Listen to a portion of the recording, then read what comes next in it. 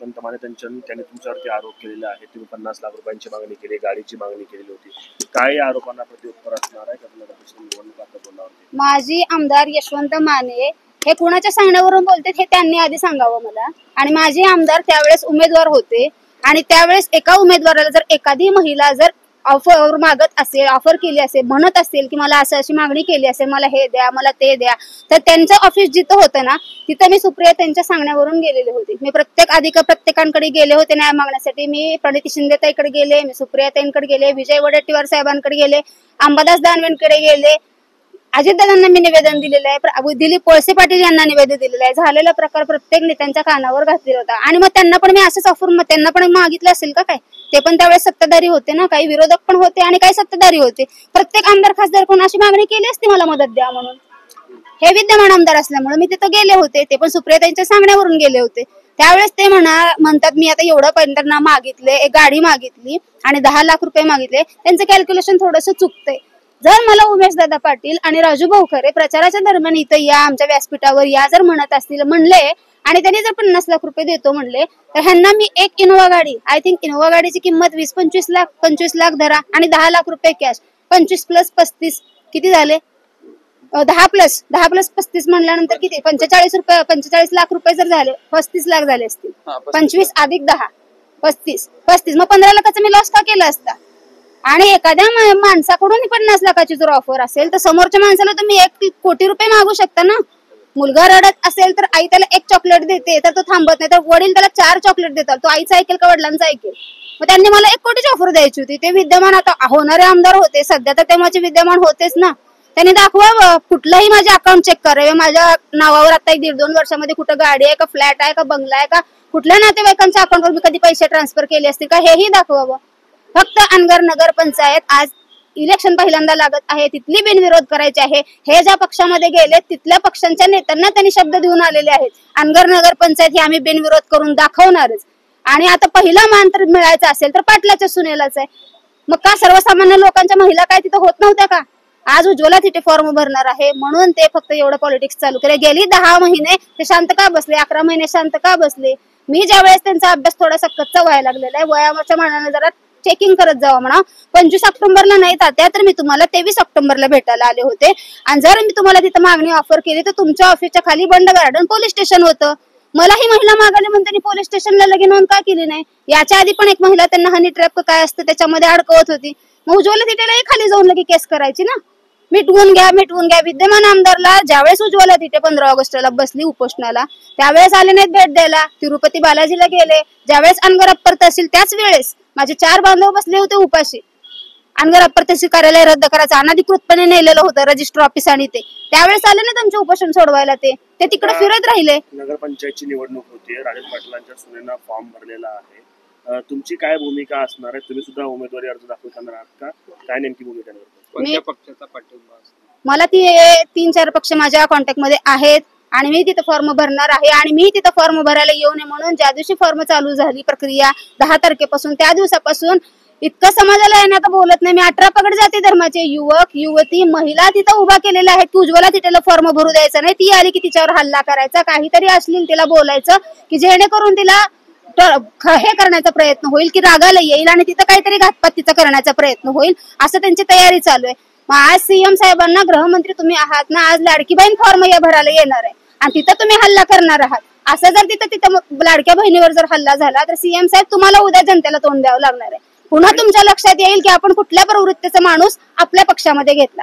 भाजप हा खूप सुरक्षेची गरज आहे असं तुम्हाला वाटतं? मला सुरक्षेची नाही, मला 2 वर्ष झालं भोर पोलीस स्टेशन मला सुरक्षा देत आहे. ज्या वेळेस मला गावामध्ये जायचं असतं त्यावेळेस मला प्रोटेक्शन दिलं जातं.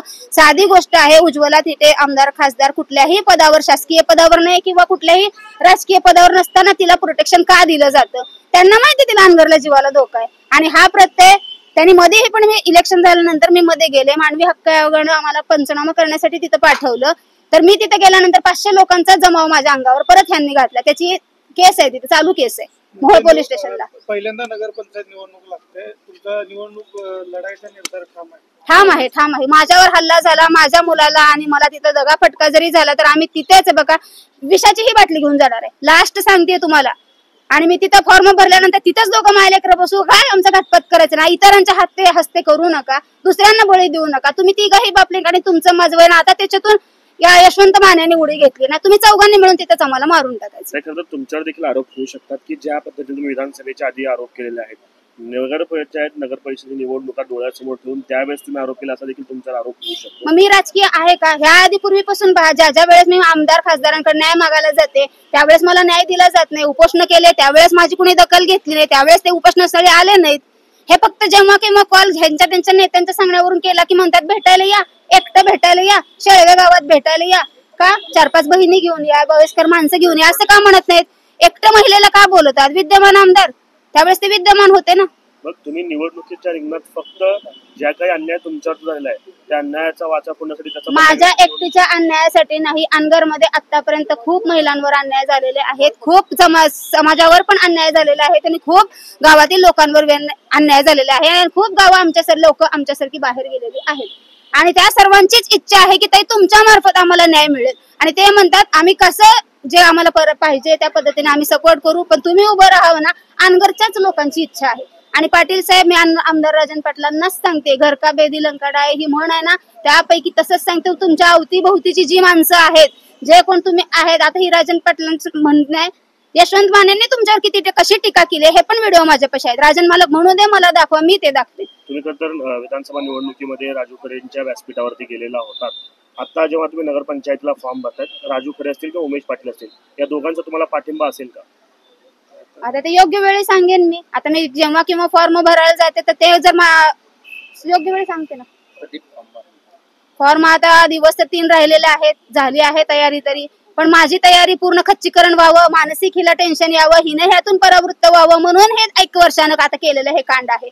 मग राजन यशवंत मानेंना सांगणार, माझ्यासारखी बहीण असेल तुम्हाला, जर आरोप करायचे होते तर तुम्ही त्यावेळेस आमदार होतात आणि तुम्ही उमेदवार पण होतात. उमेदवारीच्या तिथल्याच स्टेजवर दाखवायचं होतं बघा, हे उज्ज्वला थिटे अशी पैशाची मागणी कराली, तुम्ही निवडून आला असतात. आतापर्यंत अनगरची निवडणूक बिनविरोध झालेली आहे, ही निवडणूक तुम्ही बिनविरोध होऊ देणार नाही असं बिनविरोध झालेली नाही, आणखी फॉर्म गेलेले नाहीत. आणि ग्रामपंचायत झाली होती, आता ग्रामपंचायत 68 वर्ष झालं नाही, तिथं कुणाचं मत कधी घेतलं जात होतं का? विचारत होते का ती कुणाला भरायचंय का फॉर्म? प्रत्येक बॉडी जी असते 7-7ची जी कमिटी असते त्यावेळेस आम्हाला विचारत होते का? एकदाही ते विचारत नव्हते. स्वतःची मत ही असं ह्या माणूस उभा करायचा, तो माणूस उभा करायचा, स्वतःच ठरवतो ना. आताही त्यांनी जो प्रकार केलाय की असं आमची बिनविरोधच होणार, त्यांनी विचारले का जनते माता भगिनींना की कुणाला इच्छा आहे का? मतं तिथं घेतली जात नाही, तिथं मतं लादली जातात. आणि ही सगळीकडे मी गेले तर एकच माझं सांगणं आहे, प्रत्येक ठिकाणी गेलेले आहे, कुठे न्याय भेटलेला नाही, फक्त न्याय भेटलेला आहे तर मनोज दादा दरांगे यांच्या दरबारात उज्ज्वला थिटेला न्याय मिळालेला आहे. मला त्यांनी सांगितले, मॅडम मला कुणीही ताई मला माहित नाही ते कोण पाटील वगैरे कुठलीही, मी राजकीय हेतूच्या ह्याच्यात मी पडत नाही, पण माझ्या बहिणीला आणि बच्चाला जर काय घातपात झाला आणि तिच्यावर जर काय झालं तर मराठा समाजातर्फे मी गप्प बसणार नाही, महाराष्ट्र पेटवून देईल, असं जरांगे दादांनी मला साथ दिलेली आहे. ओके. लोकशाही मराठी ऐका, पहा, जागरूक रहा.